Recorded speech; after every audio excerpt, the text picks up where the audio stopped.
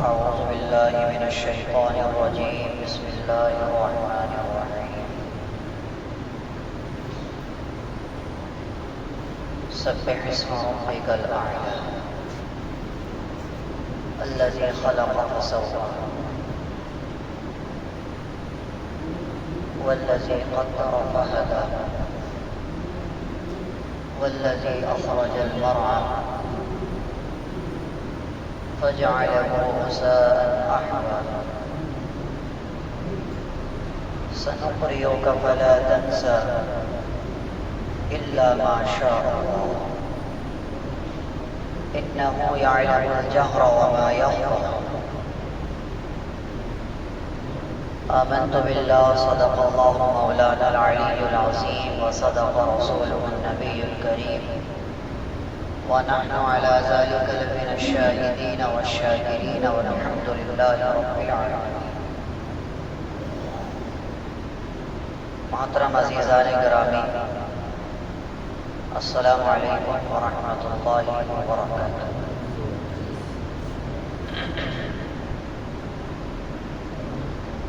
اللہ سبحانہ و تعالیٰ کا بے پناہ احسان، فضل، کرم، عنایت ہے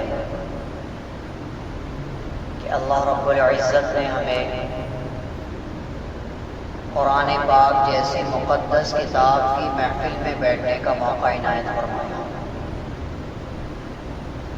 جناب رسول پاک صلی اللہ علیہ وسلم کی حدیث ہے، آپ نے فرمایا تم میں سب سے بہتر وہ لوگ ہیں جو قرآن پاک کو سیکھیں اور قرآن پاک کو سکھائیں. وہ سب سے بہتر ہے تم میں. تو لہٰذا ہم اس چیز کو خوب اچھے طریقے سے ذہن میں بٹھائیں کہ اللہ رب العزت کے نزدیک قرآن پاک سیکھنے والوں کا، سکھانے والوں کا بڑا مرتبہ ہے. یہ تفسیر قرآن پاک کا سلسلہ الحمدللہ مہینوں سے جاری اور ساری ہے. اللہ کی بارگاہ میں دعا ہے اللہ تعالیٰ اس سلسلے کو ایسے ہی جاری اور ساری فرمائے. آمین. محترم عزیز ساتھیوں، اس سورت کا نام جو میں نے ابھی تلاوت کی ہے، اس کا نام ہے سورۃ الاعلیٰ. اور اس سورت کا جو نام لیا گیا ہے وہ اسی سورت کی پہلی آیت سے لیا گیا ہے. سبح اسم ربک الاعلیٰ. اعلیٰ کے معنی آتے ہیں بلند، اونچی. کوئی بھی اونچی چیز ہے اس کو آپ اعلیٰ کہہ سکتے ہیں. جیسے میں اوپر بیٹھا ہوں تو یہ اعلیٰ ہے، یہ چھت ہے تو یہ اعلیٰ ہے. اسی طریقے سے ہمارے جو اوپر کے دانت ہوتے ہیں ان کو بھی اعلیٰ کہتے ہیں. ثنایا علیہ، ثنایا سفلی. تو اعلیٰ علیہ سے بنا ہے تو اونچی چیز کو اعلیٰ کہا جاتا ہے. اس سورت میں 19 آیتیں ہیں اور ایک رکوع ہے. سب سے پہلے ترجمہ کرتے ہیں.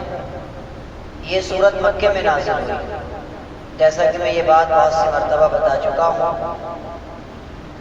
کہ اللہ کے حبیب حضرت محمد صلی اللہ علیہ وسلم جب مکہ میں رہے، آپ کے اوپر جو قرآن پاک کی آیات، سورتیں اتری ہیں ان کو کہتے ہیں مکی. اور جب اللہ کے رسول مدینہ چلے گئے، آپ کے اوپر قرآن پاک کی جو آیتیں اتری ہیں ان کو کہتے ہیں مدنی. یاد رہے گی بات؟ آسان ہے. ترجمہ کرتے ہیں.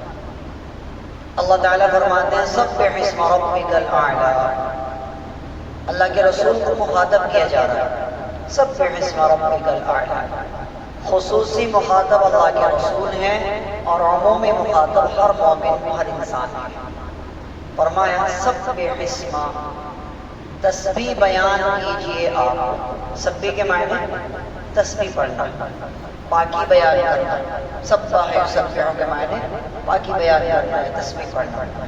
سبح اسم ربک الاعلیٰ. تسبیح بیان کیجئے آپ اپنے رب کے نام کی جو بہت بلند ہے. تسبیح بیان کیجیے اپنے رب کے نام کی جو بہت بلند ہے، اعلیٰ ہے. الذی خلق فسوا، وہ ذات ہے کہ جس نے پیدا کیا اور سٹیک پیدا کیا. سٹیک سمجھتے ہیں؟ برابر. ایسا نہیں ہے کہ امیر آدمی کے 4 ہاتھ ہیں، غریب آدمی کے 2 ہاتھ ہیں، نہیں، سب کو برابر ایک جیسا بنایا، سٹیک پیدا کیا. والذی قدر فہدی، اور اللہ وہ ذات ہے جس نے اندازہ لگایا اور پھر ہدایت عطا فرمائی.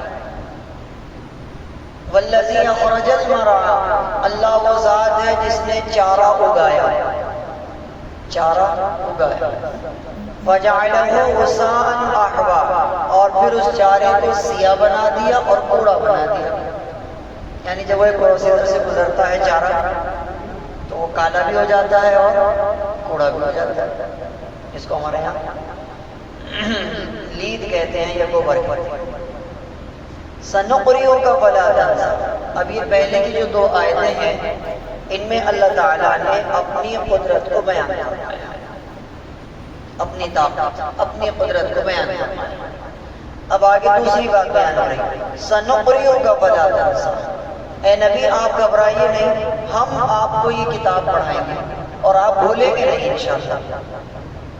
اس کے پیچھے ایک واقعہ ہے، وہ میں آپ کو بعد میں بتاؤں گا، فی الحال ترجمے پہ غور کرتے جائیں. سنقریئک فلا تنسى، ان قریب ہم آپ کو پڑھائیں گے یہ کتاب یعنی قرآن، فلا تنسى، اور آپ بھولیں گے نہیں، گھبرائیے مت. الا ما شاء اللہ، سوائے جس کے اللہ چاہے. انہ یعلم الجہر وما یخفی، بے شک اللہ تعالیٰ جہری چیزوں کو بھی جانتا ہے اور مخفی چیزوں سے بھی اللہ واقف ہے. وَنُيَسِّرُكَ لِلْيُسْرَىٰ، اور اے نبی ہم آپ کے لیے اس کو آسان کر دیں گے، ہم آپ کے لیے اس کو آسان کر دیں گے، آپ پریشان نہ ہو، آپ گھبرائیے مت. آگے فرمایا فَذَكِّرْ إِن نَفَعَتِ الذِّكْرَىٰ، آپ نصیحت کرتے رہیے کیونکہ نصیحت کرنا فائدے سے خالی نہیں ہوتا ہے. آپ نصیحت کرتے رہیے، نصیحت کرتے رہیے.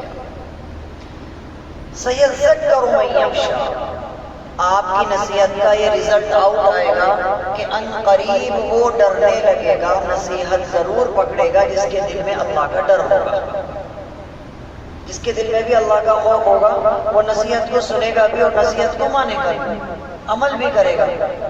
وَيَتَجَنَّبُهَا الْأَشْقَىٰ، اور جو بدبخت ہوگا، کمینہ ہوگا، جس کے اندر منافقت ہوگی، وہ آپ کی نصیحت سے کنارہ کر لے گا.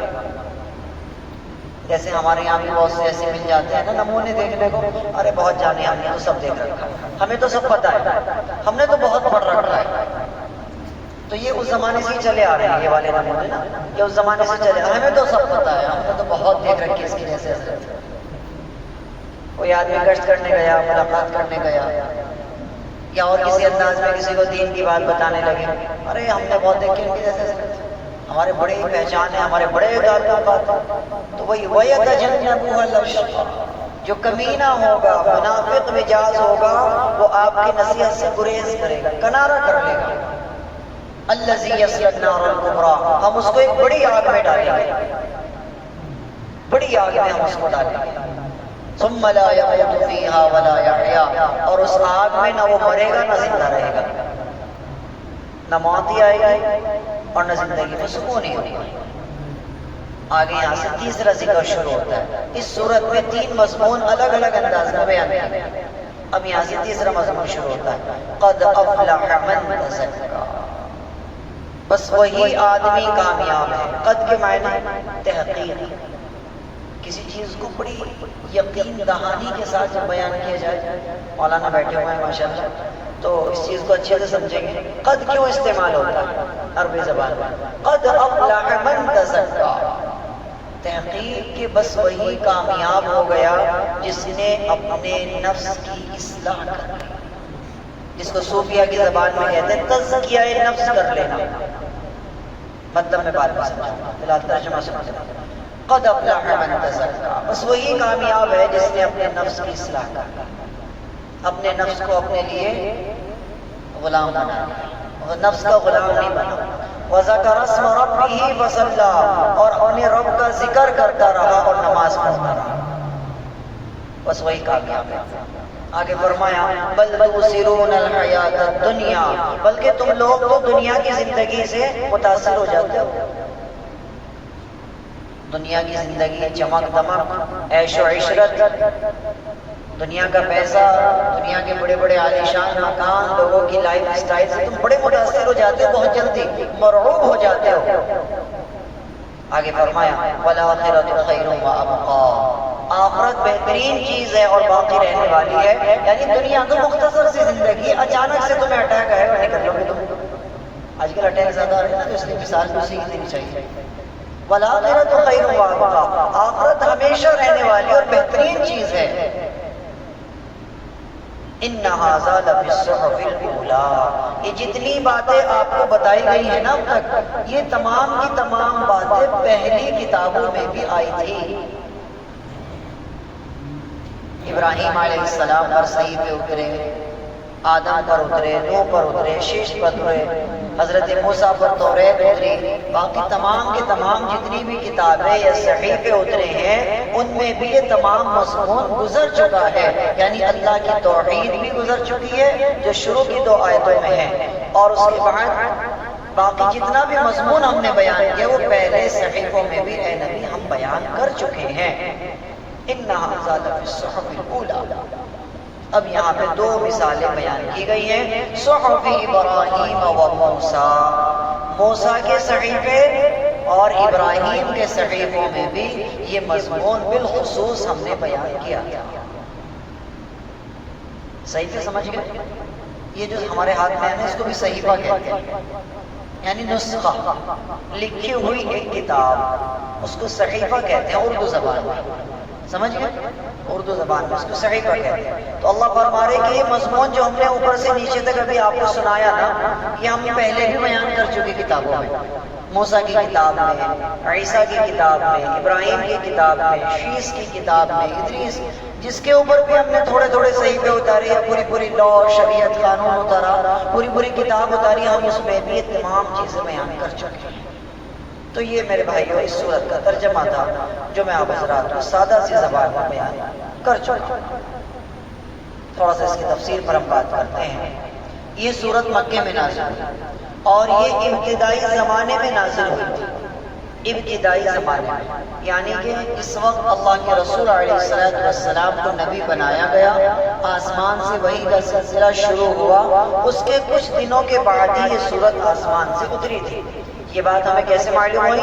یہ بات ہمیں معلوم ہوئی سنقرئک فلا تنسا. کیا ہوتا تھا؟ اللہ کے رسول علیہ السلام کے پاس جب حضرت جبرائیل آتے تھے اور آپ کو قرآن سنایا کرتے تھے تو اللہ کے رسول علیہ السلام جلدی اس کو یاد کیا کرتے تاکہ میں بھول نہ جاؤں. انسان ہے نا، بھول نہ جاؤں. تو اللہ کے رسول علیہ السلام کو گھبراہٹ رہتی تھی کہ بھول نہ جاؤں، میرے ذہن سے نکل نہ جائے یہ سورت جو جبرائیل نے مجھے بھی سکھائی ہے. تو اللہ کے رسول علیہ السلام کی اس جلد بازی کو دیکھ کر اللہ تعالیٰ نے سورہ قیامہ میں فرمایا لا تحرک بہ لسانک، اپنی زبان کو اتنی جلدی حرکت نہ دیجیے اے محمد، اتنی جلدی حرکت دینے کی ضرورت نہیں ہے. ان علینا جمعہ و قرآنا، یہ ہماری ذمہ داری ہے، ہم آپ کو اس کے سینے، آپ کے سینے میں اس کو اتاریں گے، آپ کو پڑھائیں گے، آپ کے دل میں اس کو جمع دیں گے. یہ ہماری ذمہ داری ہے. دوسری بات یہاں پہ بیان فرمائی سنقرئک فلا تنسا، ہم پڑھائیں گے آپ کو، فلا تنسا ایسا پڑھائیں گے کہ آپ بھولیں گے نہیں، آپ پریشان نہ ہوں گے. لیکن آپ کو اس کی اجازت نہیں ہے کہ آپ قرآن کو جلدی پڑھیں. اب میں وہاں بھی آؤں گا، تراویح کے اوپر میں بات کروں گا. جو رمضانی حافظ ہیں یا وہ لوگ جو رمضان میں امام صاحب کو پیچھے سے جلدی اس پہ بھی انشاءاللہ بات کریں گے. لیکن فی الحال یہ ہمارا ٹاپک نہیں ہے، ہم شروع سے بات کریں. تو میں اصل بتا رہا تھا کہ یہ سورت شروع زمانے کی ہے، جس وقت اللہ کے رسول پر وحی اترنی نازل ہوئی، آسمان سے فرشتہ قرآن لے کر آنا شروع ہوا، اس وقت کے زمانے کی یہ سورت ہے. یاد رہے گی بات انشاءاللہ. سب سے پہلا جملہ سبح، سبح یسبح کے معنی آتے ہیں تسبیح بیان کرنا، پاکی بیان کرنا، اللہ کی حمد و ثنا بیان کرنا. اگر آپ اس کو بڑی ہا کے ساتھ پڑھتے ہیں سبح، تو اس کے معنی آتے ہیں تسبیح بیان کیجئے اپنے رب کی جو بہت بلند ہے. ٹھیک ہے، یہ بات یاد رہے گی. دوسرا جملہ میں یاد دلا دوں، اذا جاء نصر اللہ والفتح، جب آئے گی اللہ کی مدد اور کامیابی، وَرَأَيْتَ النَّاسَ يَدْخُلُونَ فِي دِينِ اللَّهِ أَفْوَاجًا، اے نبی دیکھیں گے آپ لوگوں کو اللہ کے دین میں فوج در فوج آئیں گے. فَسَبِّحْ، اب آپ اللہ کی تسبیح بیان کریں خوب. یہاں پر بھی سب سے ٹھیک ہے نا. اگر آپ اس کو بڑی ہا کے ساتھ پڑھتے ہیں تو کیا معنی بتایا میں نے؟ تسبیح بیان کرنا، تعریف کرنا، یہی ہے نا.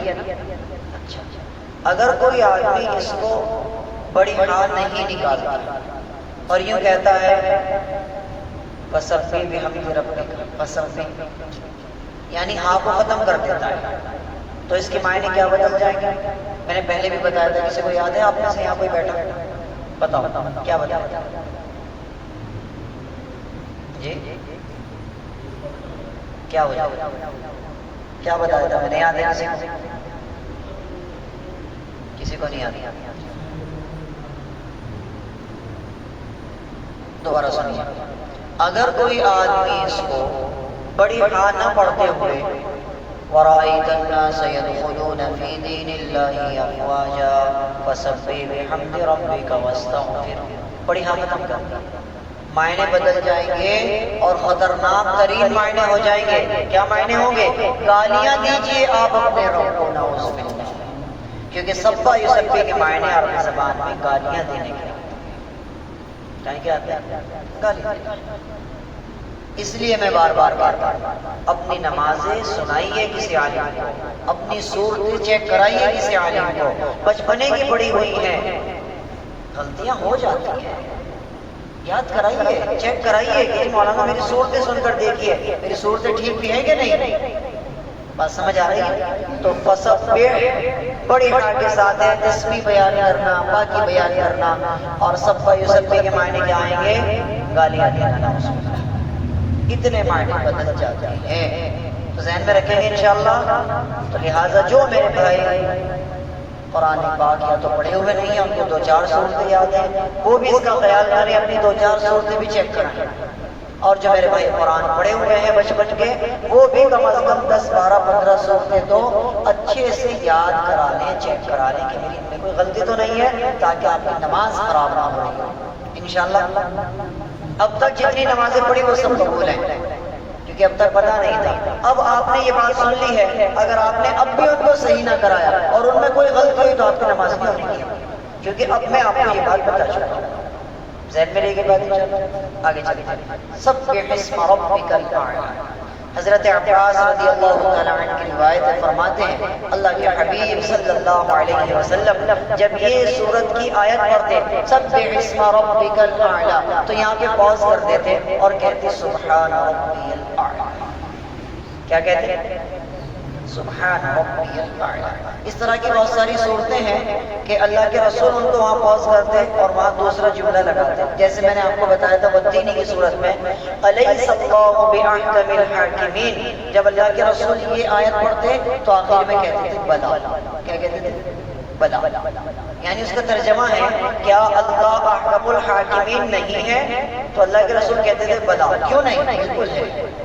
اسی طریقے سے جب اللہ کے رسول یہ پڑھتے تھے سبح اسم ربک الاعلی، تو یہاں پوز کرتے اس کو اور کہتے سبحان ربی الاعلی. ذہن میں رہے گی بات. اب میں آپ کو ایک بہت ہی خوبصورت بات بتاؤں کہ آپ کی طبیعت ہری ہو جائے اور آپ خوشی سے جھوم جائیں. سبحان ربی الاعلی یہ کیسا جملہ ہے؟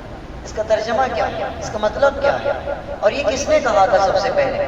اس کی شروعات کیا ہے؟ سبحان ربی الاعلی، پاک ہے میرا رب جو بہت بلند ہے، پاک ہے میرا رب جس کی شان بڑی بلند ہے. یہ تو اس کا ترجمہ ہے. سبحانہ کے معنی پاک ہے، ربی میرا رب، اعلی جو بہت بلند ہے. ایک مرتبہ ایک فرشتہ ہے جس کا نام ہے میکائیل. کیا نام ہے؟ میکائیل. 4 فرشتے بڑے مشہور ہیں نا، جبرائیل، میکائیل، اسرافیل اور اسرائیل۔ اسرائیل کیا کرتے ہیں؟ روح نکالتے ہیں۔ اسرافیل کیا کرتے ہیں؟ سور پھونکیں گے۔ اور تیسرے کون ہیں؟ میکائیل، وہ کیا کرتے ہیں؟ بارش کے اوپر ان کی ڈیوٹی جو ہے، ان کا ڈپارٹمنٹ کون سا ہے؟ موسم وبھاگ، کیا بولتے ہیں اس کو؟ اور چوتھے کون ہیں؟ جبرائیل، جن کی ذمہ داری کیا تھی؟ آسمان سے قرآن لے کر آنا، اللہ کے رسول۔ تو یہ چار مشہور فرشتے ہیں۔ پہلے کا نام جبرائیل جو سب سے مشہور ہے، دوسرے میکائیل، اسرافیل اور اسرائیل، یہ چار فرشتے ہیں۔ ایک مرتبہ حضرت میکائیل جو فرشتہ ہے، جس کا کام ہے سور پھونکنا، یہی ہے نا، تو وہ اللہ تعالیٰ سے کہنے لگا، فرشتہ اے مولا، میں آپ کی پوری کائنات کو ذرا وزٹ کرنا چاہتا ہوں، گھومنا چاہتا ہوں کہ آپ نے کائنات کیسی بنائی ہے، میں ذرا دیکھنا چاہوں۔ یعنی یہ گلیکسیز ہیں، یہ یونیورسل ہیں، یہ بلیک ہول ہے، یہ ملکی وے ہے۔ اتنا آپ نے جو سائنٹسٹ لوگ بیٹھے ہیں یا پڑھنے والے اسٹوڈنٹ ہیں وہ سمجھ رہے ہوں گے کہ کتنی بڑی بڑی اللہ تعالیٰ نے تخلیق کی ہے۔ جوپیٹر ہے، مارس ہے، سورج ہے، اتنی بڑی بڑی اللہ تعالیٰ نے چیزیں بنائی ہیں۔ تو میکائیل کہنے لگے میں ذرا ان سب کا وزٹ کرنا چاہتا ہوں۔ اللہ تعالیٰ نے فرمایا بھائی کر لو۔ اللہ رب العزت نے حضرت میکائیل کو طاقت عطا فرمائی، پر عطا فرمائی، اور حضرت میکائیل علیہ السلام 5000 سال تک تقریباً اڑتے رہے اور اللہ کی تخلیق کو دیکھتے رہے، کائنات کی سیر کرتے رہے، اور وہ تھک گئے اور اللہ کے عرش کے نیچے آگے گر گئے اور کہنے لگے میں تو تھک گیا، مجھے اور طاقت دیجیے۔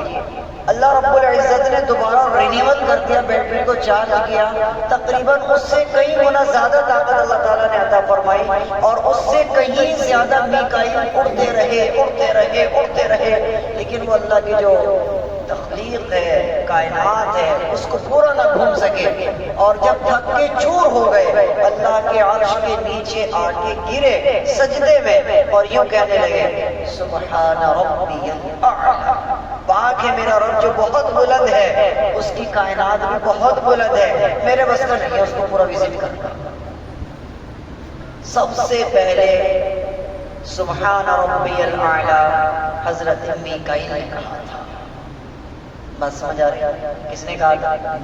میکائیل۔ ایک حدیث اور سنیے، اللہ کے رسول نے فرمایا جب کوئی آدمی اپنی زبان سے کہتا ہے سبحان ربی العظیم یا سبحان ربی الاعلی، اس کو اللہ رب العزت اتنا ثواب عطا فرماتے ہیں کہ ساتوں آسمان ساتوں زمین ایک پلڑے میں رکھ دیے جائیں، اور سبحان ربی الاعلی کہا ہوا ثواب دوسرے پلڑے میں رکھ دیا جائے تو وہ جھک جائے گا۔ اللہ اکبر، کیونکہ اس میں اللہ کی بڑائی، اللہ کی کبریائی کو بیان کیا جا رہا ہے۔ بات سمجھ آ رہی ہے؟ سبحان ربی الاعلی اتنا عظیم ہے یہ۔ تو لہٰذا آج کے بعد جب بھی آپ سجدے میں کہیں تو اس واقعے کو ذہن میں تھوڑا سا ریفریش کرتے ہوئے جب آپ کہیں گے نا تو آپ کو مزید مزہ آئے گا کہ یار میکائیل نے 10,000 15,000 سال تک کا سفر طے کیا تھا اور پھر یوں کہا تھا سبحان ربی الاعلی، اور قربان ہو جائیں ہم محمد رسول اللہ کی ذات گرامی پر کہ آپ کی امت کو اللہ رب العزت نے فری میں ہی دے دیا، جی فری میں دے دیا۔ تو سبح اسم ربک الاعلی، وقت زیادہ ہو جاتا ہے، سبح اسم ربک الاعلی، تسبیح بیان کیجیے اپنے رب کے نام کی جو بڑا بلند ہے، بڑی عزتوں والا ہے، بڑی شان والا ہے، بڑی کبریائی والا ہے۔ الذی خلق فسوی، جس نے پیدا کیا اور برابر پیدا کیا، برابر پیدا کیا۔ ایسا نہیں ہے کہ امیر آدمی کے کچھ زیادہ ایکسٹرا آتا ہے، غریب آدمی کے کچھ کم ہے، نہیں۔ ایسا نہیں ہے کہ امیر آدمی 2 کے بجائے 3 ہاتھ لگوا سکتا ہے، نہیں۔ اللہ تعالیٰ نے وہ سافٹ ویئر ہی نہیں بنایا باڈی میں کہ 2 کے بجائے وہ 3 آنکھ لگوا لے یا 1 کے بجائے 2 آنکھ لگوا لے، نہیں، ایسا نہیں۔ جس کا اسٹرکچر بنایا ہے جیسا، بس وہ ویسا ہی رہے گا۔ سمجھ آ رہی ہے؟ الذی خلق فسوی، جس نے پیدا کیا اور برابر پیدا کیا۔ یعنی اللہ اپنی کبریائی کو بیان کر رہا ہے، اپنا احسان جتا رہے ہیں کہ ہم نے پیدا کیا، ذرا دیکھو تو صحیح، کوئی کمی تو نہیں نظر آئے گی۔ فتبارک اللہ احسن الخالقین، اللہ کیا ہی بہترین پیدا کرنے والا ہے۔ سمجھ آ رہی ہے؟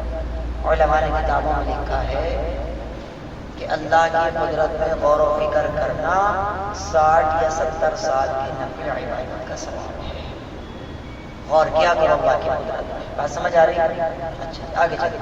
والذی قدر فہدی، اللہ رب العزت نے ہر چیز کو، ہر انسان کو ایک راہ دکھائی ہے۔ سورج کو بھی ایک راہ دکھائی گئی، چاند کو بھی ایک راہ دکھائی گئی، وہ اپنے راستوں میں گردش کر رہے ہیں۔ للشمس ينبغي لها ان تدرك القمر، سورج کے لیے یہ مناسب نہیں ہے کہ وہ چاند کو پکڑ سکے یا اس سے ٹکرا سکے۔ ولليل سابق النهار، اور نہ رات کے لیے مناسب ہے کہ وہ دن سے ٹچ ہو سکے۔ سب ایک مقدار میں گھوم رہے ہیں، اسی کا یہاں پہ ذکر کر گیا، یعنی سائنس چل رہا ہے یہاں پہ، اللہ تعالیٰ سائنسی باتیں کر رہے ہیں۔ یہی سے تو سائنس نکلا ہے، بہت ساری چیزیں سمجھ آ رہی ہے، یعنی کہ رات کا آنا، دن کا آنا، ہماری پرتھوی کا چکر لگانا، ہماری پرتھوی کا خود کا گھومنا، اور پھر اس کا خود کا چکر لگانا، اور پھر ہمارا جو سولر سسٹم ہے، ہمارا جو وایو منڈل ہے، ہماری جو ملکی گلیکسیز ہیں، اور جتنی یونیورسل ہیں، بلیک ہولز ہیں، اللہ تعالیٰ ان تمام کا ذکر فرما رہے ہیں کہ کسی کے لیے مناسب نہیں کہ ایک دوسرے سے ٹچ ہو جائے۔ بات سمجھ آ رہی ہے؟ اللہ رب العزت اتنا عظیم رب ہے کہ ہماری جو زمین ہے یا ہماری جو ایک پرتھوی ہے یہ گول ہے۔ کیسی ہے؟ گول، اور یہ بہت چھوٹی سی ہے۔ جی میں نے اشارہ کیا نا اتنا، تو آپ تو کہیں گے یہ تو بہت ہی چھوٹا ہو گیا، جی بس اتنی۔ کیوں؟ جب میں آپ کو بتاؤں گا اگلی بار۔ اب آپ اس کے برابر میں دیکھیے چاند، اس سے تھوڑا دور ہے، اس سے تھوڑا اور دور آپ دیکھیے سورج، اس کے بعد جوپیٹر ہے، مارس ہے، بہت سارے پلینٹ ہیں۔ اگر آپ اس کے بارے میں پڑھیں تو سورج زمین سے 12 لاکھ گنا بڑا ہے۔ کتنا؟ 12 لاکھ گنا بڑا ہے، یعنی ہماری جو زمین ہے یہ سورج کے اندر 12 لاکھ ہماری پرتھوی جا سکتی ہے۔ 12 لاکھ ہماری جو دنیا ہے نا، یہ دنیا، یہ 12 لاکھ ہوں تو سورج کے اندر سے آ سکتی ہے۔ اتنا بڑا ہے سورج، اور چاند زمین سے تقریباً 10 لاکھ گنا بڑا ہے، یعنی اللہ کی قدرت کو بیان کیا جا رہا ہے۔ فہدی، اللہ نے ہر چیز کو ایک بہترین نظام میں رکھا ہے۔ آگے اللہ اپنی قدرت کو بیان فرما رہے ہیں، والذی اخرج المرعى، اللہ نے چارہ بنایا۔ آپ کہیں گے یہ کیسی عجیب سی مثال دی اللہ نے؟ اللہ تعالیٰ ایسی ایسی مثالیں دیتے ہیں قرآن میں جو بالکل عام فہم آدمی کی سمجھ میں آ سکتی ہیں، کیونکہ وہ بدو لوگ تھے، دیہات کے رہنے والے، گاؤں کے رہنے والے، بکریاں چرانے والے، اونٹ چرانے والے، بیل بھینس گائے یہ سب چرانے والے تھے نا، تو ان کے سامنے وہ لیڈ گوبر وہ سامنے ہر وقت رہتا تھا، تو اللہ نے اسی کی مثال دے دی۔ والذی اخرج المرعى، کیا تم دیکھتے نہیں ہو کہ اللہ نے چارے کو اگایا، فجعلہ غثاء نحوا، پھر اس کو سیاہ بنا دیا اور اس کو کوڑا بنا دیا، یعنی ہرا بھرا گھاس اندر گیا اور دودھ بنایا اور لید بن کر کے وہ باہر آ گیا، اور تازہ ترین میٹھا خوبصورت دودھ اللہ میاں نے بیچ میں سے باہر نکال دیا۔ یعنی کیا تم اللہ کی قدرت پہ غور نہیں کر رہے؟ تمہیں کرنا چاہیے، اللہ کی قدرت پہ غور کرو میرے بندو، میری قدرت پہ غور کرو۔ اللہ تعالیٰ یہ بات اس میں بتانا چاہیے، اخرج المرعى، ہم نے چارہ بنا دیا۔ بس سمجھ آ رہی؟ اس کو یہاں پہ بیان کیا گیا۔ آگے چلیے، زیادہ تفصیل میں جانے کی ضرورت نہیں ہے، اتنا بھی کافی ہے۔ یہاں سے دوسرا مضمون شروع ہوتا ہے، سنقرئک فلا تنسى۔ میں نے جو بتایا تھا، اے نبی ہم آپ کو پڑھائیں گے، آپ بھولیں گے نہیں انشاءاللہ، ہم آپ کو پڑھائیں گے۔ وہ میں نے آپ کو بتایا نا، اللہ کے رسول علیہ السلام پر جب جبرائیل قرآن لے کر آتے تھے تو حضرت جبرائیل علیہ السلام تو چلے گئے، اب اللہ کے رسول کو ڈر رہتا تھا یار میں کہیں بھول نہ جاؤں، میں کہیں بھول نہ جاؤں، کیونکہ اس زمانے میں نہ تو کمپیوٹر تھا، نہیں کچھ اور تھا، نہیں کاغذ تھا، نہیں قلم تھا، اتنا زیادہ عام نہیں تھا، کاغذ تو تھا ہی نہیں اس زمانے میں، ہڈیوں پر اور اس کے علاوہ چمڑے پر، پتھروں پر لکھا جاتا تھا۔ تو اللہ کے رسول گھبراتے تھے کہ ایسا نہ ہو میں کچھ بھول جاؤں، جلدی جلدی پڑھتے تھے. اللہ رب العزت نے منع فرما دیا اور فرمایا اے نبی آپ کو اجازت نہیں ہے کہ آپ قرآن پاک کو جلدی جلدی پڑھیں. لعنت ہے ان لوگوں پر جو رمضان میں امام کو حافظ کو پریشان کرتے ہیں. جلدی پڑھیے، 1 گھنٹے میں پورا کرنا ہے. نماز بھی، تراویح بھی، وتر پورا 1 گھنٹہ لگا. اس سے زیادہ لگے گا تو ہنگامہ. اللہ کی پھٹکار ہے ایسے. سمجھ آ رہی ہے؟ محمد رسول اللہ کو اجازت نہیں ہے تیز قرآن پڑھنے کی. اور لعنت ہے ایسے حافظوں پر بھی جو قرآن پاک کو خود بہت تیزی کے ساتھ پڑھتے ہیں بغیر کسی کے کہے. ایسے بھی تو ہے نا مارکیٹ میں، ایسے بھی تو ہے نا. حافظ ریل نام تو سناؤ، شہر میں تھے حافظ ریل. 3 دن میں تراویح پوری کرتے تھے وہ. 3 دن میں بس ختم. 3 شب میں تراویح پوری ختم، پورا قرآن پڑھتے ہیں. اور میں نے پڑھی ایک بار ان کے پیچھے تراویح. بہت چھوٹا تھا لیکن مجھے یاد ہے. میں تقریباً 10 سال کا تھا اس وقت. حافظ ہو چکا تھا میں 8 سال کا تھا جب میں نے شروع کیا. 9 سال کا تھا، پورا کر گیا تھا. 1 سال میں حافظ بنا تھا الحمدللہ. تو مجھے یاد ہے میں ایک بار ان کے پیچھے تراویح پڑھی تھی حافظ ریل کے پیچھے. اور میرے بھائی اللہ اکبر الحمدللہ، بس یہ تو لفظ سمجھ میں آیا تھا.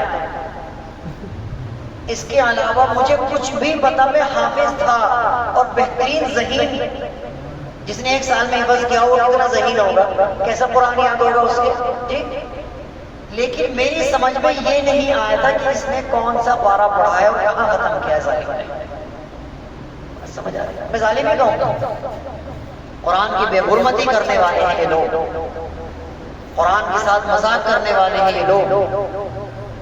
سمجھ آ رہی ہے؟ قرآن کے ساتھ توہین کرنے والے ہیں یہ لوگ. اور اللہ معاف فرمائے ایسا بڑھاپا آیا ان پر اور ایسی موت آئی کہ اگر میں وہ بیان کروں گا تو غیبت ہو جائے گی. میں بیان نہیں کروں گا. ان کی موت ہمارے سامنے ہے. ہمیں پتا ہے کتنے برے انداز میں موت آئی کہ اللہ کی پناہ. قرآن کی توہین ہے، بے حرمتی ہے قرآن کی ہے. اللہ اکبر، پھر اللہ اکبر. کیا ہو رہا بھائی، کیا مذاق ہے؟ اللہ کے رسول کو بھی اجازت نہیں. لا تحرک به لسانک لتعجل به. اے نبی اپنی زبان کو بھی تیز حرکت مت دیجیے. آپ قرآن کا مذاق مت بنائیے. سنقرئک فلا تنسى، ہم پڑھائیں گے آپ، ہم جمائیں گے آپ کے دل میں الا ما شاء اللہ. بات سمجھ آ گئی؟ تو لہٰذا اس چیز کا میرے بھائی عہد کریں، وعدہ کریں اپنے آپ سے. ہم جہاں بھی ہوں گے، دنیا کے جس خطے میں بھی ہوں گے، قرآن پاک کو 29 میں سنیں گے. 1 پارہ روز سنیے، اطمینان سے سنیے. اور 10 تراویح کے بعد امام صاحب سے کہیے پانی پی لیجیے، جوس پی لیجیے، اطمینان سے پڑھیے. کوئی جلدی نہیں ہے. کوئی چوچاں کرے ہمیں بتائیے، ہم اس کی طبیعت ٹھیک کریں گے. ذمہ دار بنیے اپنی مسجدوں کے، ذمہ دار بنیے اپنے نظام کے. بات سمجھ آ گئی ہے؟ جو چی چاں کرنے والے لوگ ہیں پہلے ان کو محبت سے سمجھائیے. میرے بھائی آپ بیٹھ کے پڑھ لیا کرو اگر آپ کو تھکن ہو رہی ہے. آپ ٹیک لگا لو. نفل نماز میں ٹیک لگانے کی بھی اجازت ہے. مسئلہ یاد رکھو، نفل نماز میں مولانا بیٹھے ہیں، پوچھ لیو بعد میں. ماشاءاللہ 90 سے فارغ ہے، بڑے عالم ہیں. مجھے ڈر لگ رہا ہے بات کرتے ہوئے بھی. بات سمجھ آ رہی ہے؟ تو نفل نماز میں ٹیک لگا کر پڑھنے کی بھی اجازت ہے. تو لہٰذا جو لوگ چینچاں کرنے والے ہیں تراویح میں جلدی، تو آپ ان کو سمجھائیے پیار محبت سے، میرے بھائی بیٹھ کے پڑھ لیا کر. پھر بھی تجھے سکون نہیں مل رہا تو اپنے پیچھے تکیہ لگا لے، آرام سے تکیہ لگا کے پڑھ لے. لیکن امام کو مت چھیڑیے. ہمارے امام کو تو ہم یوں کہیں گے اور تسلی سے پڑھیے. 1 تو پارہ ہی پڑھنا ہے، امام صاحب تسلی سے. ہمیں سعودیہ میں رہا، میں نے دیکھا وہاں اتنے اطمینان سے قرآن پڑھتے ہیں. کیا کمال ہے بھائی، کمال ہے ان لوگوں کے. خیر ان کا تو قرآن سے عشق الگ ہی ہے، اس پر تو ہم بات کریں تو بہت زیادہ ہو جاتا ہے. کمال عشق ہے ان لوگوں کا قرآن سے میرے بھائی. کمال انداز ہے ان کا قرآن پڑھنے کا، کمال انداز. تو میرے بھائی اپنی مسجدوں کے ذمہ دار اس انداز میں بنیے کہ قرآن پاک کے محافظ بنے انشاءاللہ. کیا خیال ہے؟ خیال رکھیں گے انشاءاللہ. آگے چلتے فرمایا انہ یعلم الجہر وما یخفی. اللہ تعالیٰ جو ظاہر میں ہے اس کو بھی جانتے ہیں اور جو پوشیدہ ہے اس کو بھی جانتے ہیں. یعنی انسان کو کبھی بھی یہ نہیں سمجھنا چاہیے کہ میں اگر دل میں کوئی غلط کام سوچ رہا ہوں یا میں کوئی گناہ کا ارادہ کر رہا ہوں وہ اللہ کو معلوم نہیں ہے، اللہ کو سب معلوم ہے۔ آگے فرمایا وَنُيَسِّرُكَ لِلْيُسْرَىٰ، ہم آپ کے لیے اس کو آسان کر دیں گے۔ یعنی قرآن تو انسان کے لیے اللہ نے بڑا آسان کر دیا۔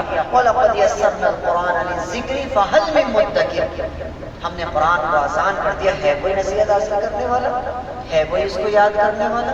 تو میرے بھائی قرآن کا یہ اکیلا معجزہ ہے کہ پوری دنیا میں سب سے زیادہ پڑھی جانے والی کتاب قرآن ہے۔ سب سے کم عمر میں جو کتاب حفظ کر لی جاتی ہے وہ بھی قرآن کا معجزہ ہے، کیونکہ اللہ نے قرآن کو آسان کیا ہے۔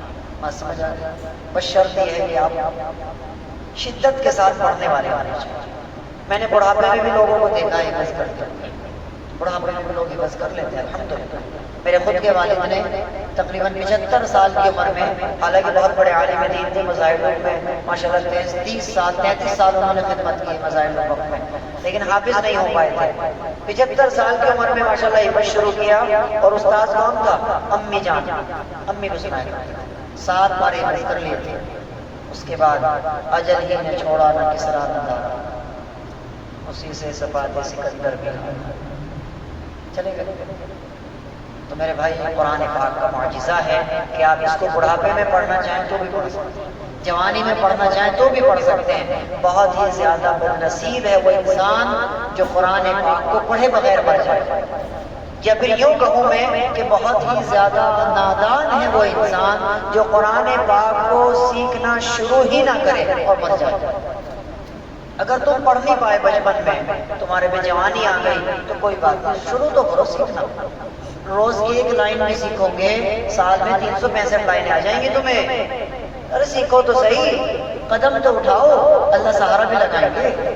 اگر تم بڑھاپے میں آ گئے کوئی بات نہیں، 1 لائن سیکھو، 1 حرف سیکھو، ارے سیکھو تو صحیح۔ اس حدیث کو یاد کرو جو میں بار بار سناتا ہوں، اللہ کے رسول نے فرمایا اگر کوئی آدمی قرآن کو سیکھنا شروع کرے اور پورا ہونے سے پہلے وہ مر جائے، اللہ رب العزت 2 فرشتے اس کی قبر میں متعین کر دیتے ہیں، اس کے اندر روح ڈالی جاتی ہے، اس کو بٹھایا جاتا ہے اور اس کو قرآن سکھاتے ہیں وہ فرشتے، یہاں تک کہ وہ پورا نہ سیکھ لے۔ اور جب وہ قرآن پورا کرا دیتے ہیں پھر فرشتے اس کو کہتے ہیں کہ اب تو قیامت تک کے لیے سو جاؤ۔ یہ حدیث ہے، یہ حدیث ہے۔ ان لوگوں کے لیے اسپیشل ہے جو جوان ہو گئے قرآن نہیں پڑھ پائے۔ میرے بھائی شروع تو کر، پڑھائی کی کوئی عمر نہیں ہوتی، پڑھائی کی کوئی عمر نہیں ہوتی، شروع تو کر، قدم تو اٹھا، عزم تو کر، نیت تو کر، ارادہ تو کر قرآن سیکھنے کا۔ کیا خیال ہے؟ اگر آپ کی عمر بڑھاپے کو آپ پہنچی ہے کوئی بات نہیں، آپ اٹک اٹک کے پڑھیں گے، آپ جھجک کے پڑھیں گے، 1 آیت آپ کو 10 دن میں یاد ہوگی، اس پر آپ کو ثواب کتنا بڑا ملے گا میں آپ کو بیان نہیں کر سکتا۔ جی کئی گنا آپ کو ثواب زیادہ ملے گا میرے بھائی، کرو گے کوشش۔ جو میرے بھائی قرآن نہیں پڑھے ہوئے ہیں وہ قرآن پڑھیں، اپنے دل میں یہ ارادہ کریں کہ میں بغیر قرآن پڑھے نہیں مروں گا۔ دیکھو میں آپ کو ایک بات بتاؤں، ناراض مت ہونا، ناراض تو نہیں ہونا۔ یہ جو شیطان ہے نا، ابلیس، یہ بڑا پکا ہے، ڈاٹا ہے، بہت تیز ہے، بہت ذہین بھی ہے، بہت شاطر بھی ہے اور بہت عقل مند بھی ہے، ہم سے شاید زیادہ۔ برا مت ماننا، میں پہلے بتا رہا ہوں۔ بہت سارے نوجوان ایسے ہیں، بہت سارے بوڑھے ایسے ہیں ماشاءاللہ حضرت جی سے ملے ہوئے ہیں، صبح شام الا اللہ الا اللہ الا اللہ کی تسبیح پڑھ رہے ہیں، ذکر کر رہے ہیں، بیعت ہے کسی سے۔ بہت سارے جوان اور بوڑھے ایسے ہیں جو ماشاءاللہ تبلیغ میں پابندی سے جا رہے ہیں، چلہ بھی لگا رہے ہیں، 4 مہینے بھی لگا رہے ہیں۔ بہت سارے ایسے ہیں جن کے 10 چلے لگ گئے، جی بہت سارے ایسے ہیں جن کے، ایک ہمارے جانکار تھے، ان کے تقریباً وہ بتا رہے تھے مجھے 24 چلے لگ گئے ہوئے، 24 عمر دراز آدمی، لیکن فٹ ہے بالکل، آج بالکل فٹ ہے، کھاتا پیڑی میں ہمارے بالکل فٹ ہے، صحت کا بڑا خیال رکھتے ہیں۔ 24 سے 25 چیزیں لگ گئے، 4 مہینے بھی لگ گئے، سب کچھ لگ گیا، قرآن آج تک پڑھے لگے۔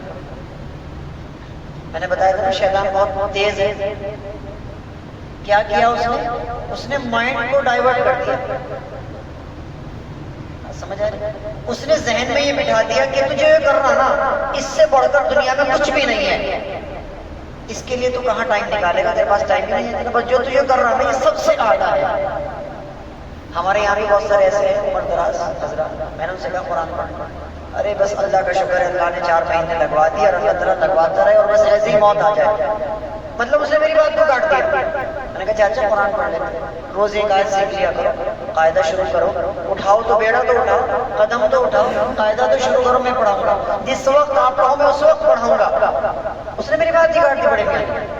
نے کہا کہ بس حضرت میرے لیے دعا کر دو، آپ اللہ تعالیٰ مرتے دم تک بس اس کام میں لگائے رکھے. اس کے ذہن میں یہ بات بٹھا دی گئی ہے کہ قرآن سے بھی بڑھ کر ایک کام جو کر رہا ہے. بات سمجھ آ رہی ہے؟ قرآن کی اہمیت ہی نہیں ہے اس کی. کتنے نوجوان ایسے ہیں جن کو سالوں ہو گئے، وہ حضرت جی سے بیعت بھی ہیں، ذکر بھی کرتے ہیں، تبلیغ میں بھی جا رہے ہیں، سارے کام کر رہے ہو، ان سے کہو قرآن پڑھ، جی جی انشاءاللہ ڈال دیتے ہیں بات. تو یاد رکھیے گا، اللہ رب العزت کا قرآن اگر آپ نے نہیں پڑھا، آپ کتنی ہی عبادت کرتے رہیں نفلی، اور آپ کتنا ہی دعوت و تبلیغ میں لگے رہیں، کہ آپ کتنی ہی تسبیحات گھما لیں، اگر کل قیامت میں اللہ نے آپ سے حشر کے میدان میں سوال کر لیا، میں نے تجھے 60-70 سال کی زندگی دی تھی، کیا تو نے میری کتاب کو اتنی بھی اہمیت نہیں دی اور اتنا بھی اہم نہیں سمجھا کہ 60-70 سال کی زندگی میں تو میری کتاب کو پڑھ سکے؟ بتائیے مجھے کیا جواب ہے آپ کے پاس؟ سمجھ آ رہی ہے؟ تو یہ شیطانی چالیں ہیں، یہ شیطانی ہتھ کنڈے ہیں جو ہمارے ذہنوں میں وہ اس طریقے سے بٹھا دیتا ہے کہ بس یہ تو جو کر رہا ہے نا، اس سے اوپر کچھ بھی نہیں ہے، اس سے اوپر کچھ بھی نہیں ہے. سمجھ آ رہی ہے؟ باقی تمام چیزوں کو وہ نیچے لے آتا ہے. تو میرے بھائی جس کا جو درجہ ہے اس کو وہیں رکھنا. اہل سنت والجماعت کی سب سے بڑی خوبی معلوم کیا ہے؟ اہل سنت والجماعت کی سب سے بڑی خوبی معلوم کیا ہے؟ کہ ہم علماء دیوبند کا الحمدللہ ہمیشہ سے نظریہ رہا ہے کہ انہوں نے اللہ کو اللہ رکھا ہے، نبی کو نبی کے درجے پر رکھا ہے، علی کو علی کے درجے پر رکھا ہے، ولی کو ولی کے درجے پر رکھا ہے. جس کا جو درجہ ہے اس کو اس درجے پر رکھو نا یار، کیا مسئلہ ہے یہ؟ سمجھ آ رہی ہے؟ مطلب جو خانقاہ سے جڑ گیا وہ یہ سمجھ رہا کہ باقی سب ویران ہیں، باقی سبھی کسی کام کے نہیں ہیں. جو خانقاہ سے جڑ گیا، حضرت جی سے جڑ گیا، رائے پور جانے لگا، پوریا جانے لگا، بس وہ انہیں کو سب کچھ سمجھ رہا ہے. جو تبلیغ میں جڑ گیا وہ باقی کسی اور کو کچھ سمجھ ہی نہیں رہا، وہ سمجھ رہا کہ بس ہم ہی ہم. بس سمجھ آ رہی ہے؟ ایسا نہیں، ہر ایک کا اپنا ایک مرتبہ ہے. ایک فیکٹری میں سب طرح کے شعبے ہوتے ہیں، سب طرح کے شعبے ہوتے ہیں، اور فیکٹری سب طرح کے شعبوں سے مل کر چلتی ہے. سمجھ آ رہی ہے؟ اسی طریقے سے اسلام کے بھی الگ الگ شعبے، تبلیغ ایک الگ شعبہ ہے، خانقاہ ایک الگ شعبہ ہے، کتابت ایک الگ شعبہ ہے، درس دینا ایک الگ شعبہ ہے. ہر ایک انداز الگ الگ ہے. جیسے آپ ڈیسک میرے سامنے دیکھ رہے ہیں، یہ ڈیسک جو بنا ہے نا، یہ ڈائریکٹ نہیں بن گیا، پہلے جنگل سے لکڑی کو کاٹا گیا، پھر اس پہ رندہ لگایا گیا، بہت سارے پروسیجر سے گزر کر یہ ہمارے سامنے آ کر یہاں رکھی گئی ہے. سمجھ آ رہی ہے؟ اسی طریقے سے اسلام کے الگ الگ شعبے ہیں اور سب ایک دوسرے سے جڑے ہوئے ہیں اور سب ایک دوسرے کے لیے ضروری ہے. تو یہ بات شیطان نے جو ذہنوں میں بٹھا دی ہے اس کو ہمیں ختم کرنا ہے انشاءاللہ. اور جو میرے بھائی، جو میرے بزرگ قرآن نہیں پڑھے ہوئے ہیں، وہ آج ہی وعدہ کریں، ارادہ کریں، عزم بنائیں، انشاءاللہ قرآن کو سیکھنا ہے. موت سے پہلے پہلے انشاءاللہ قرآن پاک کو مجھے پڑھنا ہے انشاءاللہ. کرتے ہیں پکی نیت انشاءاللہ. اللہ مجھے بھی آپ کو بھی عمل کی توفیق عطا فرمائے. آگے فرمایا وذکر ان نفعت الذکریٰ، بس آپ نصیحت کرتے رہیے، انشاءاللہ نصیحت ایک نہ ایک ضرور کام آئے گی. نصیحت کرتے رہیے، نصیحت کرنا کبھی نہیں چھوڑنا. اس سے یہ بات معلوم ہوتی ہے کہ کوئی انسان دین سے کتنا بھی دور ہے، آپ کی ذمہ داری نصیحت کرتے رہیے، ساری عمر کیجیے، مایوس مت ہوئیے. اللہ کب ہدایت سے نواز دے وہ اللہ کے ہاتھ میں ہے. آپ کا کام کیا ہے؟ نصیحت کرنا. آپ کا کام کیا ہے؟ اللہ کا دین لوگوں تک پہنچانا. دعوت و تبلیغ میں آپ لگے رہیے, اللہ کا دین پہنچاتے رہیے. بس اپنی ذمہ داری سمجھ کر باقی معاملہ اللہ کو چھوڑ دیجیے انشاءاللہ. آگے فرمایا سیذکر من یخشی, جو اللہ سے ڈرتا ہوگا ان قریب و نصیحت کا اثر ضرور قبول کر لے گا. وَيَتَجَنَّبُهَا الْأَشْقَى, اور جو کمینہ ہوگا, منافق ہوگا, وہ اس سے گریز کر جائے گا. یہ منافقوں کے بارے میں آیت نازل ہوئی تھی کہ منافق لوگ جو ہیں وہ کنارہ کر کے وہاں سے نکل جاتے تھے. آگے فرمایا الَّذِي يَصْلَى النَّارَ الْكُبْرَى, کہ ان کو ہم بڑی آگ میں ڈالیں گے. ثم لا يموت فيها ولا يحيا, وہ اتنا سخت عذاب ہوگا کہ نہ وہاں وہ مر پائیں گے اور نہ ہی کہیں سے جی پائیں گے. بس جاری. آگے فرمایا قد افلح من تزکیٰ, یہاں سے اللہ رب العزت نے تصوف کو بیان کیا. تصوف شیخ مشائخ صوفیزم اس کو کہتے ہیں. تزکیٰ سے ان تمام کو یہاں پر بیان کیا گیا. قد افلح من تزکیٰ, وہی آدمی کامیاب ہے جس نے اپنے نفس کی اصلاح کرا لی. سمجھ آ گیا؟ تو میں کہنا چاہوں گا کہ اپنے نفس کی اصلاح ضروری ہے. ہمارے اندر بری عادتیں ہیں, ہمارے اندر خواہشات نفسانی ہے, اس پر قابو کیسے کیا جائے, اس پر ہمیں کسی نہ کسی حوالے سے جڑ کر اپنے نفس کی اصلاح ضرور کرنا چاہیے انشاءاللہ. آگے فرمایا وَذَكَرَ اسْمَ رَبِّهِ فَصَلَّى, اپنے رب کے نام کا خوب ذکر کریں, یعنی تسبیحات کی پابندی ضروری ہے, اللہ کا ذکر ضرور کیا کریں. علماء نے اس کو دو طریقے سے ڈیفائن کیا ہے. ایک تو یہ ہے کہ آپ صبح شام کی تسبیحات کا خیال رکھیں. دوسرا یہ ہے کہ آپ دعائیں کثرت سے یاد کریں. دعائیں کثرت سے. علماء نے لکھا ہے اللہ کو یاد کرنے کا سب سے آسان طریقہ کیا ہے معلوم؟ اللہ کا ذکر کرنے کا سب سے آسان طریقہ کیا ہے؟ ہر وقت کی دعا یاد کر لو. ٹوائلٹ میں جا رہے دعا یاد کرو, باہر آ رہے دعا کیا ہے, کھانا کھا رہے کیا دعا ہے, کھانا کھا چکے کیا دعا ہے, ہم بستری کر رہے ہیں کیا دعا ہے, نہانے کی کیا دعا ہے, سونے کی کیا دعا ہے, تمام کی تمام چیزوں کی دعائیں کیا ہیں. سورج نکل رہا تو کیا دعا ہے, اشراق کا وقت ہے تو کیا دعا ہے. تمام کی تمام وقتوں کی دعائیں اللہ کے رسول سے ثابت ہیں, وہ دعائیں یاد کرو. ایک کتاب آتی ہے اذکار مسنونہ. کیا کتاب ہے؟ اذکار مسنونہ. مولانا حافظ صاحب کی بھی آتی ہے اور ایک آتی ہے مولانا ابرار الحق صاحب کی, اذکار مسنونہ. جب ہم پڑھتے تھے تو ہمارے استاذ نے پوری کتاب ہمیں حفظ کرائی تھی, پوری کتاب. اللہ ان کو جزائے خیر عطا فرمائے اور ان کو صحت عطا فرمائے. موجود ہے وہ میرے ذہن میں آ گیا تھا مغفرت کی دعا. تو زندہ آدمی کے لیے بھی مغفرت کی دعا کی جا سکتی ہے, کوئی برائی کی بات نہیں.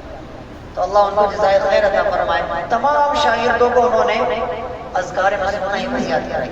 تو ساری دعائیں یاد کرائی تھی ہمیں. تیز ہوا چلنے لگے, آندھی طوفان آنے لگے, زلزلہ آنے لگے, لال بادل ہو جائیں, ہر وقت کی دعا اللہ کے رسول سے ثابت ہے. تو ہر وقت کی دعا یاد کرنے کی کوشش کریں. آپ کون سی کتاب بتائی؟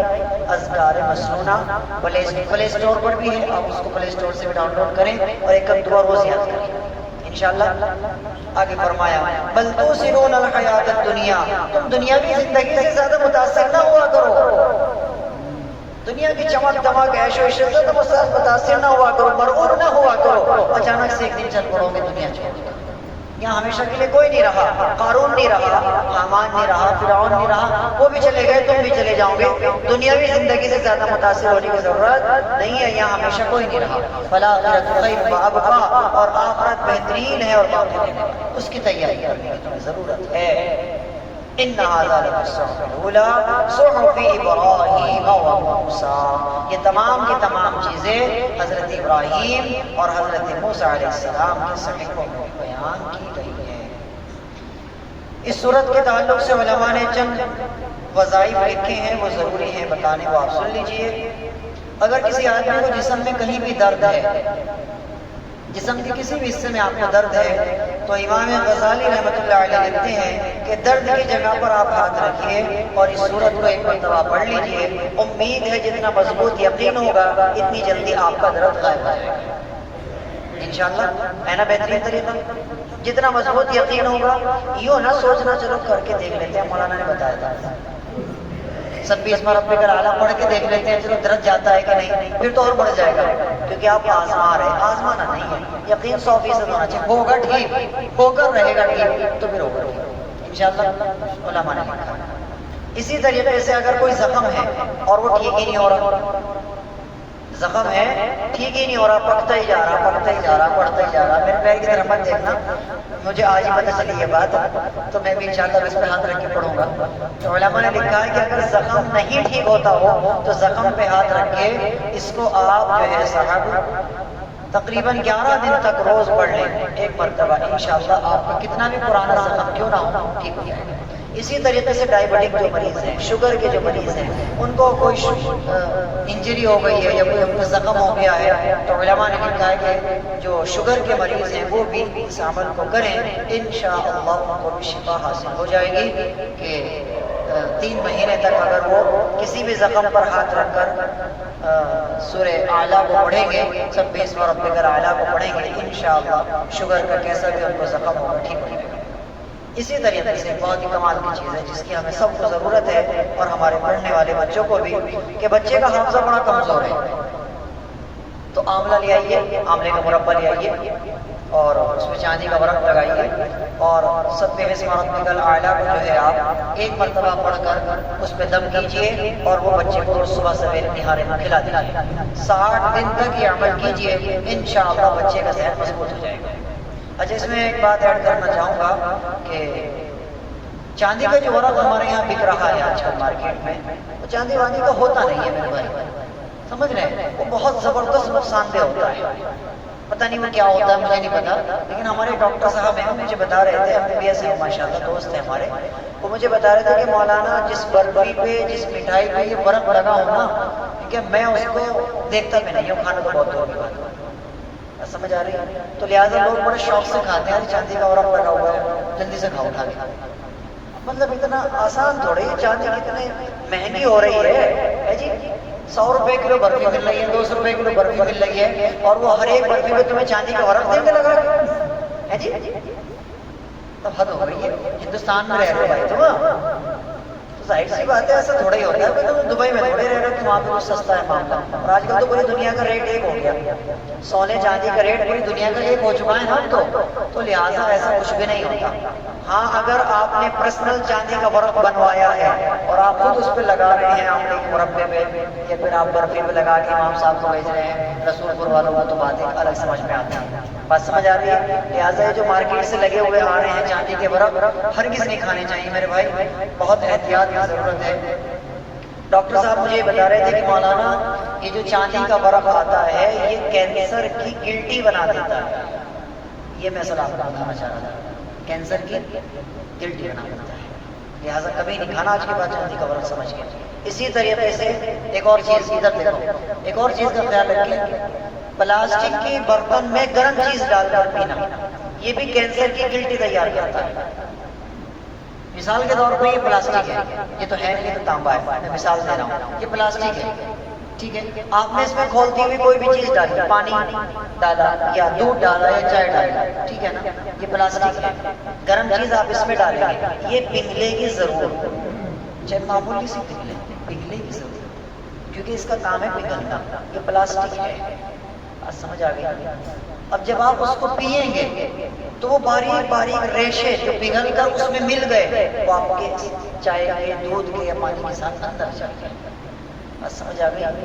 اور وہ کینسر کی گلٹی تیار کرتے ہیں اندر جا کے, اللہ حفاظت. تو اس کا بھی خیال رکھنا ہے. اسی طریقے سے ہمارے گھروں میں پیڈ ہوتا ہے, سبزی پیڈ بولتے ہیں اس پہ عورتیں سبزی کاٹتی ہیں. گاؤں میں تو ہوتا نہیں, شہروں میں زیادہ ہوتا ہے, سبزی کاٹتی ہے نا, اس پہ پیڈ ہوتا ہے, دیکھا ہوگا آپ نے کچن میں رکھا ہوا. بہت سے وہ پلاسٹک کے ہوتے ہیں, بہت سے پتھر کے ہوتے ہیں. تو اس پہ باقاعدہ میں ایک ویڈیو دیکھ رہا تھا کہ اس پہ عورتیں جو چاقو مار کے کاٹ رہی ہیں نا سبزی, تو اس پہ بھی باریک باریک چاقو کی دھار لگ رہی ہے نا, تو باریک باریک پلاسٹک ٹوٹ رہی ہے, جو ہمیں اس آنکھ سے نظر نہیں آتی, مائکروسکوپ سے نظر آتی ہے. وہ سبزی کے ساتھ مل کر کے وہ کھانے میں جاتی ہے اور وہ ہمارے پیٹ میں جاتی ہے, بہت زبردست نقصان کرتی ہے. تو لہٰذا پلاسٹک کے کسی بھی برتن میں ہمیں گرم چیز نہیں پینی چاہیے. اسی طریقے سے جو ہمارے یہ گلاس ہوتے ہیں، کیا بولتے ہیں اس کو، ڈسپوزل، تو ڈسپوزل کے اندر بھی ایک باریک پنی لگی ہوتی ہے. اگر آپ نے کبھی غور کیا ہو، وہ تیار ہی نہیں ہو سکتا بغیر اس پنی کے. گرم چیز نہیں پینی آج کے بعد ڈسپوزل میں. ٹھنڈی چیز پیجیے، گرم چیز مت پیجیے. اسٹیل میں پیجیے، مٹی میں پیجیے یا تانبے میں پیجیے. انشاءاللہ اس کا خیال رکھیے گا. اللہ مجھے بھی آپ کو بھی عمل کی توفیق عطا فرمائے. تو لہٰذا بچے کا ذہن اگر کمزور ہے تو آملہ جو ہے وہ اس پر ایک بار آپ کی سنت پڑھ کر کے دم کیجیے اور بچے کو روز صبح نہار میں ایک آملے کا مربع کھلا دیجیے، تو انشاءاللہ تعالیٰ اس کا ذہن مضبوط ہو جائے گا. اسی طریقے سے اس صورت کو خواب میں دیکھنے کا تعلق کیا ہے؟ اگر کوئی آدمی صورت کو خواب میں دیکھتا ہے یا خواب میں سنتا ہے یا خواب میں لکھا ہوا کہیں دیکھتا ہے صورت کو، تو اس کی تعبیر کیا ہے؟ اس کی تعبیر علماء نے لکھی ہے کہ یہ آدمی خوب کثرت سے اللہ کا ذکر کرے گا، ذاکرین کا اس کا شمار آئے گا، خوب تسبیحات کی پابندی کرے گا.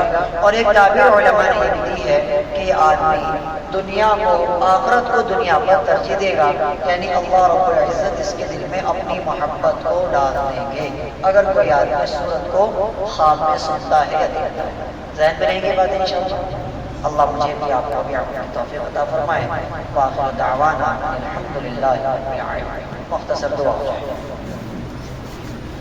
یا رب لك الحمد كما ينبغي لجلال وجهك وعظيم سلطانك. يا رب صل وسلم دائما ابدا على حبيبك خير الخلق كلهم. اللهم ربنا آتنا في الدنيا حسنة وفي الآخرة حسنة وقنا عذاب النار وقنا عذاب القبر وقنا عذاب الحشر وقنا من فتنة المسيح الدجال وقنا من فتنة المحيا والممات. لا إله إلا أنت سبحانك إني كنت من الظالمين. لا إله إلا أنت سبحانك إني كنت من الظالمين. يا أحد الصمد الذي لم يلد ولم يولد ولم يكن له كفوا أحد. اللهم لا تكلني إلى نفسي طرفة عين. اللهم لا تكلني إلى نفسي طرفة عين. اللهم لا مانع لما أعطيت ولا معطي لما منعت ولا ينفع ذا الجد منك الجد ولا ينفع ذا الجد منك الجد. اللهم ربنا لا تزغ قلوبنا بعد إذ هديتنا وهب لنا من لدنك رحمة إنك أنت الوهاب. اللهم ربنا إنك جامع الناس ليوم لا ريب فيه إن الله لا يخلف الميعاد.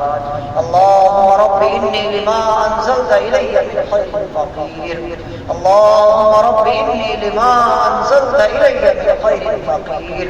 اللهم ربنا أنزل علينا مائدة من السماء تكون لنا عيدا لأولنا وآخرنا وآية منك وارزقنا وأنت خير الرازقين. اللهم ربنا لا تؤاخذنا إن نسينا أو أخطأنا. اللهم ربنا ولا تحمل علينا إصرا كما حملته على الذين من قبلنا. اللهم ربنا ولا تحملنا ما لا طاقة لنا به واعف عنا واعف عنا واعف عنا واغفر لنا واغفر لنا واغفر لنا وارحمنا وارحمنا وارحمنا. أنت مولانا فانصرنا على القوم الكافرين. اللهم ربنا تقبل منا إنك أنت السميع العليم وتب علينا إنك أنت التواب الرحيم.